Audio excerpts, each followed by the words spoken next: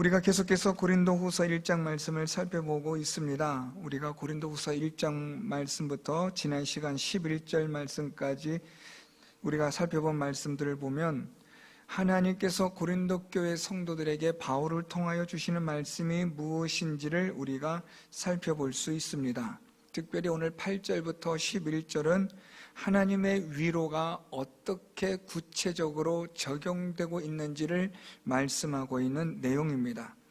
그래서 우리가 지난 시간에 보았던 3절부터 7절에서는 하나님의 위로하심이 하나님의 능력과 하나님의 구원으로 위로하셨다라고 한다면, 오늘 8절부터 11절은 하나님의 능력과 하나님의 구원으로 하나님이 어떻게 구체적으로 위로하셨는지를 말씀하고 있는 내용입니다.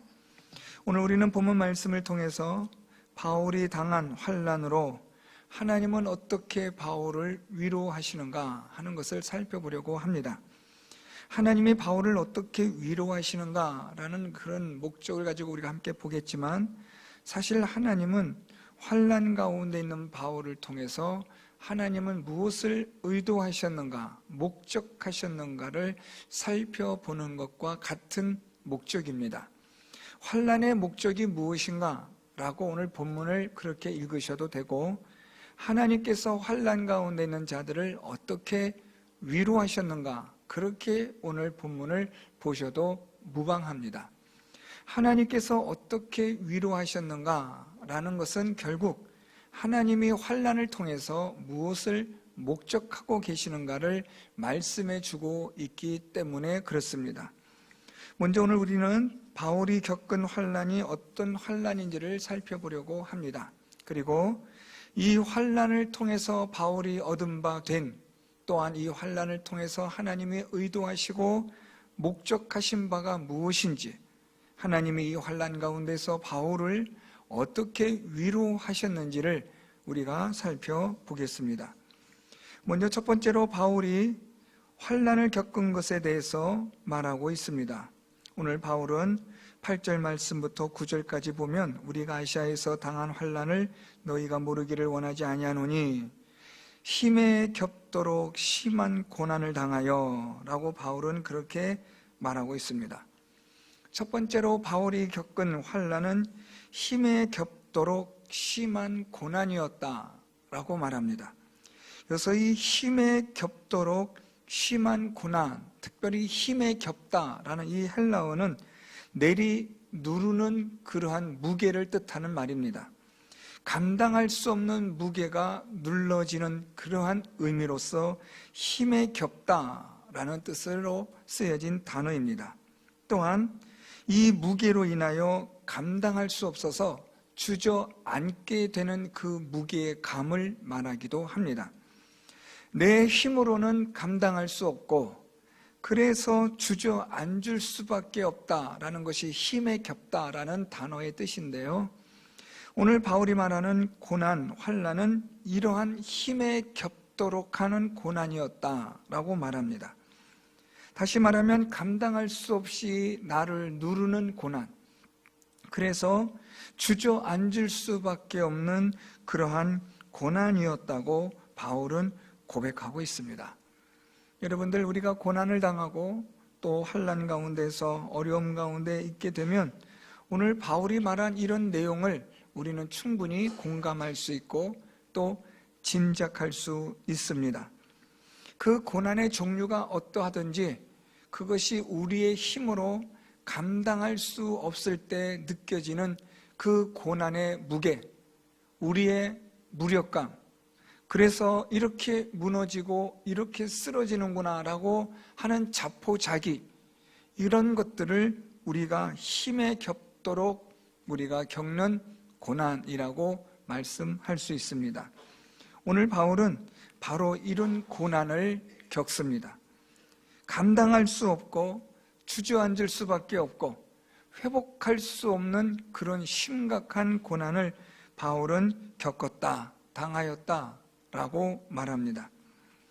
그리고 바울이 또한 이 고난에 대해서 설명하기를 8절 하반절에 보면 살 소망까지 끊어지고 9절에 우리는 우리 자신이 사형 선고를 받은 줄 알았으니 라고 말합니다. 바울은 이 고난과 환난을 겪는데 주저앉는, 일어설 수 없는 무기력함, 어떻게 해결할 수 없는 그런 고난의 무게감을 느낄 뿐만 아니라 바울은 살 소망까지 끊어졌다라고 말합니다. 살 소망까지 끊어졌다라는 이 말을 다른 말로 번역하면 생명의 길이 전혀 보이지 않는다라는 말입니다. 살 수 있는 길, 살 수 있는 방법이 없다라는 표현입니다. 그래서 바울은 9절에 사형 선고를 받은 줄 알았다라고 표현합니다. 사형 선고를 받았다라는 말은 넌 이제 죽었어, 넌 이제 끝난 거야 하는 이런 선고를 받았다라는 말입니다. 그만큼 이 고난과 환난이 얼마나 힘들었는가를 오늘 바울은 말해주고 있는 겁니다. 고난과 환난 속에서도 그래도 한번 버텨보자 하고 우리가 인내로서 견뎌낸다면 그나마 다행이지만, 오늘 바울이 말한 것처럼 살 소망이 끊어져 버린, 사형 선고를 받은 그런 고난이고 환난이라고 한다면 사실 소망이 없는 겁니다. 끝난 거죠. 아, 이렇게 끝나는구나 하는 그런 자조적인 비탄과 한숨 속에 우리는 그렇게 쓰러지는 겁니다. 바울은 지금 자신이 겪었던 환난에 대해서 이렇게 표현하고 있습니다. 여러분들도 지금까지 살아오시면서 고난과 환난이나 시련들을 겪어오셨을 텐데 아마 바울이 말한 이런 고난과 환난을 한두 번쯤은 경험해 보셨을 줄 압니다. 정말로 견딜 수 없고 그래서 주저앉을 수밖에 없고 손가락 하나라도 까딱할 수 없는 탈진해버린 그런 상태, 이렇게 하다가 이제 난 끝나는구나, 난 이젠 죽는구나 하는 마음의 사형 선고를 내린 그런 고난과 환난을 아마 경험해 보셨을 겁니다. 바울은 이런 고난과 환난까지 그는 경험한 겁니다. 이런 고난과 환난 가운데서 바울은 아주 중요한 세 가지를 통하여 환난의 의미와 목적을 설명하고 있습니다. 뿐만 아니라 이 환난을 통해서 하나님은 어떻게 나를 위로하셨는지를 말하기도 합니다.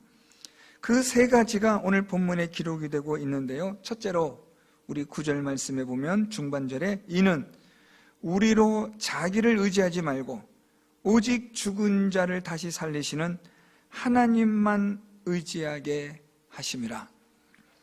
고난과 환난으로 인하여 사형 선고까지 마음에 받은, 난 이젠 끝났다라고 여겨지는 그런 자포자기한 그런 가운데서 이 바울이 깨달은 것은 이런 환난에서 하나님이 무엇을 의도하셨느냐, 하나님은 이런 고난과 환난을 통해서 나에게 무엇을 요구하시느냐, 목적하시는 것이 무엇이냐 한다면 그것은 오직 자기를 의지하지 말고 죽은 자를 다시 살리시는 하나님만 의지하라는 하나님의 말씀이었다고 말하는 겁니다.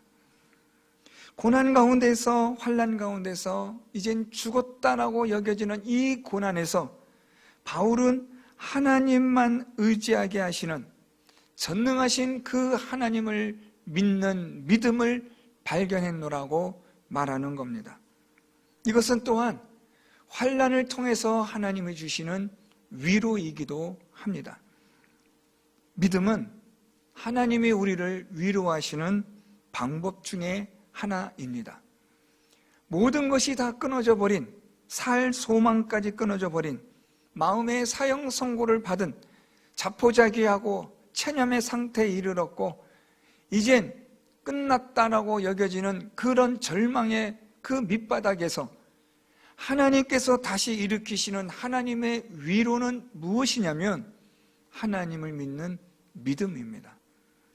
그래서 여러분, 우리가 하나님을 믿는 믿음이라고 할 때 꼭 구원받는 믿음만 생각할 필요가 없습니다. 물론 믿음은, 결정적인 믿음은 우리를 구원하시는 예수를 믿는 믿음이지만 우리가 구원의 그 나라에 이르는 그날까지 하나님은 계속해서 우리의 믿음을 도우시고 역사하셔서 이 믿음의 길에서 떠나지 않도록 우리를 붙들어 주십니다. 그런 의미에서의 이 믿음은 우리를 구원에 이르게 하시는 하나님의 능력의 역사인 것입니다. 그래서 오늘 바울은 환난 가운데서 오직 하나님만 믿고 의지하는 자가 되는 자가 되도록 하시는 하나님의 섭리가 있었음을 고백하는 겁니다. 여러분, 우리가 고난 가운데 있고 환난 가운데 있고 이젠 끝났다라고 여겨지는 그런 가운데에서 하나님께서 우리에게 이 환난을 주신 것은 무엇이냐? 왜 이런 환난과 고난을 주셨느냐? 그것은 오직 죽은 자를 다시 살리시는 하나님만 믿고 의지하도록 하심이다 라는 이 말씀을 기억하시고 깨닫는 여러분 될 수 있기를 바랍니다. 이것만 깨달으면, 이것만 여러분들이 확실하게 붙잡는다면 어떤 고난과 환난과 시련에서도 절대로 죽지 않고 무너지지 않고 끝나지 않는 여러분들의 믿음의 귀한 삶이 될 줄 믿습니다. 하나님이 나를 도우신다. 죽은 자를 다시 살리시는 하나님이 얼마든지 이 환난 가운데서 나를 일으켜 주실 수 있다, 해결하여 주실 수 있다라는 100%의 불가능의 상황 속에서 0%의 소망도 없는 믿을 수 있는 어떤 것도 없는 가운데서 오직 하나님만을 믿음으로 모든 역사를 새롭게 일하시는 하나님을 우리 모두가 하나님을 믿는 믿음으로 경험하게 되는 줄 믿습니다. 오늘 바울은 이 환난과 고난에서 하나님만을 믿는 믿음, 하나님만을 의지하게 하시는 이 역사를 바울은 발견한 겁니다. 또한 이것이 무엇이냐면 이것이 바로 하나님의 위로였다라는 겁니다. 저는 우리 성도 여러분들이 고난 가운데, 환난 가운데, 시련 가운데 있을 때 오직 하나님만 믿고 의지하게 하시는 믿음을 주시는 하나님의 위로가 성도 여러분들의 삶 속에 풍성하게 일어나기를 축복합니다. 이 코로나 시절에 경제적으로 얼마나 어렵고 힘든 시기입니까? 그렇지만 우리가 하나님만을 믿고 의지하는 믿음이 있다면 우리는 얼마든지 이 고난과 환난에서 다시 일어서게 되고 하나님의 위대한 은혜에, 하나님의 위대한 믿음의 역사를 우리는 얼마든지 경험할 수 있는 겁니다. 하나님은 우리 성도 여러분들이 이 고난과 환난의 이 때에 하나님만 믿고 의지할 수 있는 믿음으로 여러분들을 위로하여 주실 줄 믿습니다. 두 번째로 오늘 바울이 이 환난 가운데서 하나님 주시는 위로, 환난을 통한 하나님의 섭리를 발견하게 됩니다. 그것은 10절 말씀에 있습니다.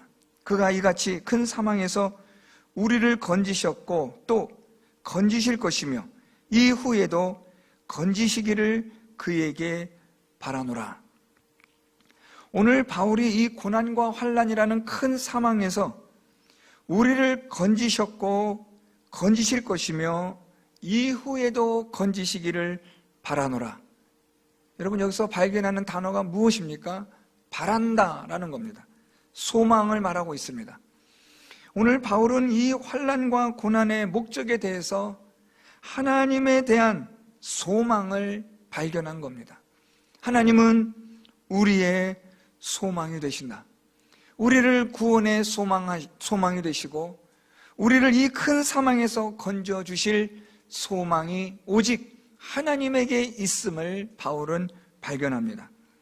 오늘 10절 말씀을 다시 보시면 우리를 건지셨고 건지실 것이며 이후에도 건지시기를 그에게 바라노라. 과거와 현재와 미래 모든 것에 있어서 하나님은 우리의 소망이 되신다라는 말입니다. 고난과 환난 속에 겹겹이 쌓여 있고 오늘 바울이 말한 것처럼 힘에 겹도록 심한 고난을 당하고 살 소망까지 끊어져서 사형 선고를 받은 그런 고난과 환난 가운데 있을지라도 이 고난과 환난 속에서 하나님이 이 고난과 환난을 주신 것은 하나님으로 소망을 삼게 하신 것입니다. 사랑하는 성도 여러분, 여러분들의 소망이 무엇입니까? 우리의 소망이 무엇이어야 합니까? 이 세상에 있는 것은 우리의 소망이 될 수가 없습니다. 잠깐 있다가 사라져버리는 안개와 같은 것들을 가지고 우리가 어떻게 소망을 삼을 수 있습니까? 소망은 변함이 없어야 하고 영원해야 합니다.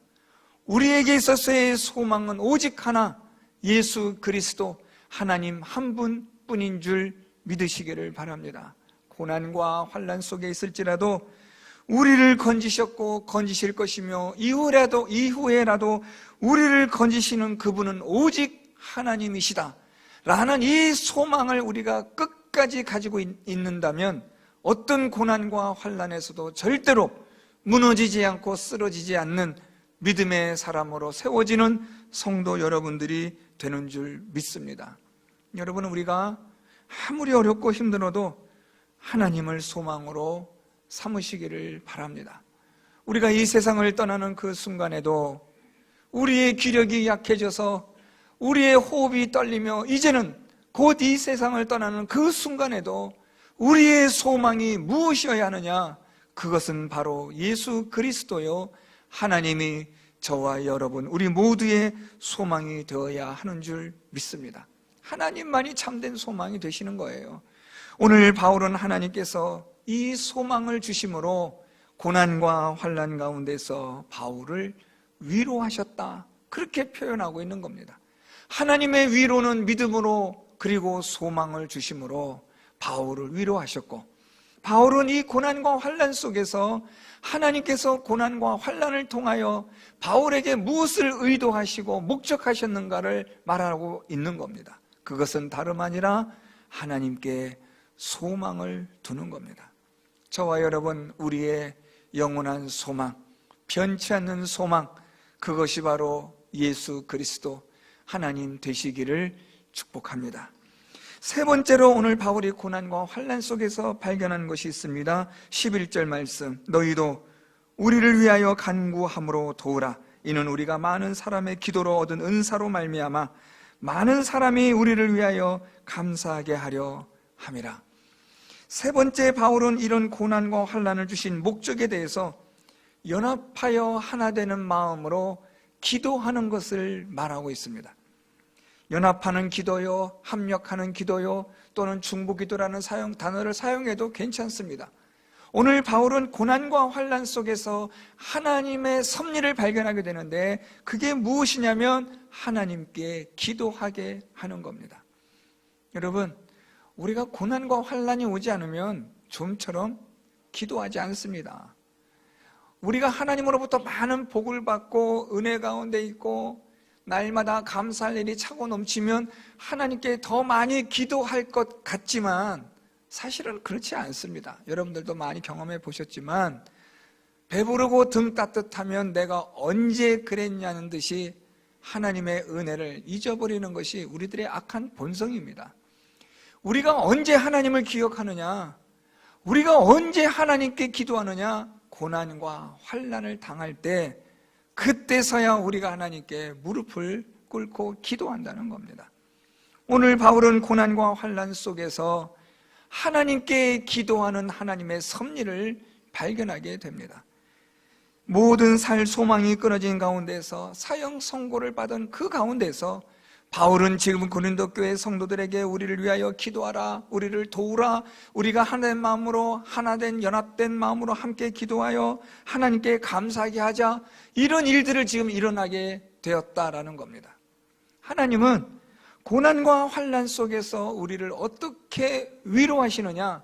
하나님께 기도하게 하심으로 우리를 위로하십니다. 참, 여러분, 이 기도가요, 다 여러분들 경험해 보신 분들 아시겠지만 정말 신비스러워요. 고난과 환난 속에서 정말 죽을 것 같은 소망에서, 이 살 소망이 끊어진 가운데서, 모든 것이 다 끊어져 버린 절망 가운데서 기도하려고 자리에 앉아서 이렇게 있다 보면 하나님께서 우리의 마음에 믿음을 주시고 소망을 주시는 위로를 경험하게 된다는 거예요. 참 너무 놀라워요. 우리가 생각할 때 기도 뭐 별거 있겠나라고 생각할지 모르나, 우리가 어떻게 해서든 하나님 앞에 나와 교회에 와서 엎드려 하나님 앞에 기도하는 그 순간, 그 시간에 어느 순간 하나님께서 우리의 마음을 위로하시고 믿음으로 소망으로 우리를 위로하셔서 다시 일으켜 주시는 은혜가 기도를 통하여 주신다는 겁니다. 오늘 바울은 살 소망이 끊어지고 마음의 사형 선고를 받은 그 절망과 좌절 속에서 하나님의 섭리를 발견하게 되는데, 그것이 무엇이냐면 하나님께 기도하게 하심이라는 거예요. 하나님께 기도하게 하심으로 하나님이 결국엔 이 고난과 환난을 통하여 어떻게 이 일을 만드시느냐, 하나님께 감사하게 하는 일로 바꾸신다는 거예요. 고난과 환난과 시련이 기도를 통하여 무엇이 되어지느냐, 하나님께 감사와 찬송이 되는 역사가 일어나게 하신다는 겁니다. 절망의 상황에서 죽음의 문턱까지 이르렀는데 이제 사망의 문이 열리고 저 사망의 골짜기로 던져질 그 상황에서 하나님께 기도하였더니 하나님이 우리를 회복시켜 주시고 구원시켜 주시는 그런 하나님의 은혜를 경험하여 하나님께 감사하며 찬송하는 일들을 하나님께서 이루어 가신다는 겁니다. 이것이 바로 바울이 말한 환난 속에서 고난 속에서 발견한 하나님의 섭리이며, 또한 하나님께서 고난과 환난 가운데 있는 성도들을 위로하시는 방법입니다. 사랑하는 성도 여러분, 환난의 특징이 무엇입니까? 오늘 바울을 통하여 살펴보면 두 가지입니다. 첫째는 우리를 주저앉게 하여 일어서지 못하게 하는 것이 환난의 특징입니다. 고난이 오고 환난이 오고 어려움이 오면 일어서지 못하는 거예요. 그냥 무너지는 거예요. 마음이 무너지고, 첫 번째로는 마음이 무너집니다. 그리고 우리의 육신이 무너지는 거예요. 몸이 무너지고 마음이 무너지는 경우는 절대 없습니다. 먼저 마음이 무너지는 거예요. 정신이 무너지는 거예요. 그리고 나서 우리의 육신이 무너지는 겁니다. 이 고난과 환난이 오면 우리는 주저앉게 되고 일어서지 못하게 돼요. 이것이 환난이 주는 첫 번째 특징입니다. 모든 것이 그냥 무기력해지는 거예요. 모든 것을 체념하게 되는 거예요. 이런 환난의 두 번째 특징은 살 소망이 끊어지는 거예요. 이렇게까지 살아야 할 필요가 있는가? 이제 난 끝났다. 차라리 죽는 게 낫지 않겠나? 하는 깊은 좌절과 절망에까지 내려가는, 그것이 바로 또한 환난의 특징인 겁니다. 죽음을 생각하게 되고 사망에 이르렀다고 여겨지는 것이 우리가 심각한 환난과 고난을 당할 때 겪는 특징들입니다. 그런데 이런 환난과 고난에서 하나님이 우리를 어떻게 위로하시는가? 오늘 말씀해 보니까 오직 하나님만 의지하게 하심으로 우리를 위로하십니다. 사랑하는 성도 여러분, 어떤 고난과 환난과 시련 가운데 있을지라도 하나님께서 여러분들을 오직 하나님만 믿고 의지하게 하시는, 믿음을 주심으로 여러분들을 위로하시는 하나님의 위로가 여러분들의 삶 가운데 풍성하게 일어날 수 있기를 바랍니다. 하나님만 믿는 믿음만 있으면 되는 거예요. 믿음만 있으면 다시 일어설 수 있는 거죠. 하나님만 의지하면 되는 거예요. 아무리 어렵고 힘들어도 하나님, 나 살려주십시오. 하나님 앞에 애걸복걸하면 하나님은 우리를 구원하여 주시는 하나님이 되시는 줄 믿습니다. 여러분, 야곱이 에서 형을 만나러 가면서 얼마나 두려워했습니까? 얼마나 무서워했습니까? 그래서 야곱이 밤새도록 하나님 앞에 환도뼈가 부서지기까지 하나님께 기도하잖아요. 나 좀 살려달라고 얼마나 하나님을 붙잡고 의지하며 기도합니까? 우리가 하나님을 믿고 의지하고 오직 하나님만을 붙잡고 우리가 하나님께 매달리면 하나님은 우리를 구원하여 주시고 위로하여 주시는 하나님이 되시는 줄 믿습니다. 여러분, 오늘 또한 말씀을 통해서 환난과 고난 가운데 있을 때 나의 소망이 오직 하나님에게 있기를 바랍니다. 오직 하나님만이 나의 소망이라는 이런 깨달음이 있기를 바라고 확신이 있기를 바랍니다. 고난과 환난 가운데 있을 때 사람들 찾아다니고 이곳저곳 기웃거리고 하지 마세요, 여러분. 시간 버립니다. 결국엔 사람들이 어떡하냐 이야기해도 뒤돌아서서는 그것이 흉이 되고 그것이 결국엔 사단의 조롱거리가 되는 거예요.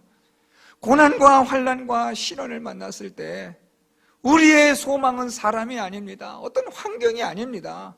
어떤 힘 있는 사람, 배경 있는 사람이 우리의 소망이 아니라 우리의 소망은 오직 우리를 구원하여 주시고 건져주시는 하나님 뿐입니다. 하나님만이 하실 수 있어요. 그분은 전능하신 하나님이시기 때문에 그분은 우리의 소망이 되시고 우리의 영원한 소망으로서의 능력 있는 자가 되시므로 우리에게 소망으로 날마다 일으켜주시는 하나님의 역사가 있게 되는 것입니다.